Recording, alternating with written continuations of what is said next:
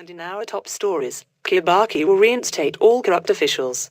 Raila warns critics to stay away. Amos Wako is recognized. And Stephen Kalonzo will lose 2012 elections. Thanks for joining us. This is FUNUNU News.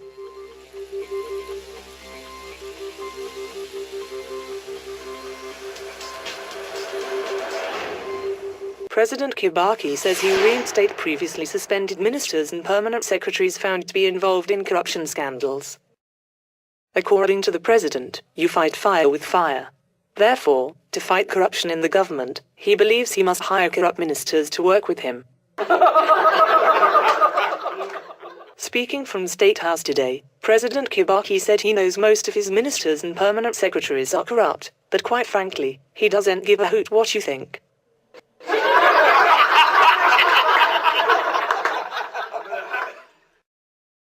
The Prime Minister has dismissed press reports claiming that he has plans to improve lives of Kenyans.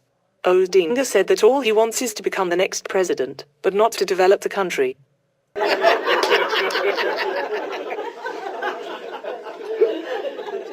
Mr. Odinga warned critics opposed to his personal ambitions to leave the country immediately. As a graduate of Moi's School of Dictatorship, Raila warned that he doesn't take criticism kindly.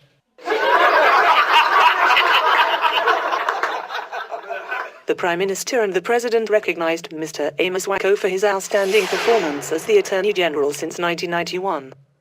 Mr. Kibaki thanked Mr. Wako for his unwavering determination and efforts to protect corruption suspects, and of course 2 decades of promoting impunity in the country.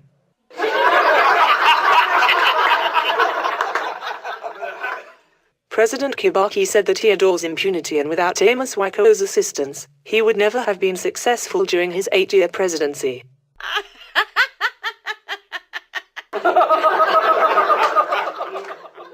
Because of reckless statements and lack of basic knowledge in politics, the Vice President Stephen Kalonzo will lose the next presidential elections for the second time.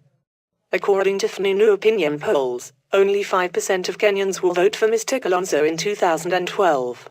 It is therefore statistically impossible for him to win elections.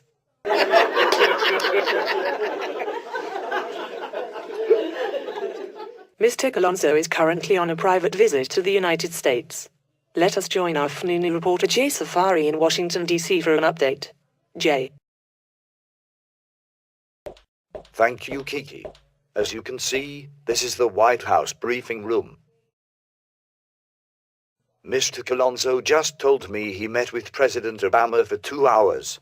However, according to a senior White House official, this is not true. It is another fabrication of facts by Mr. Kalonzo.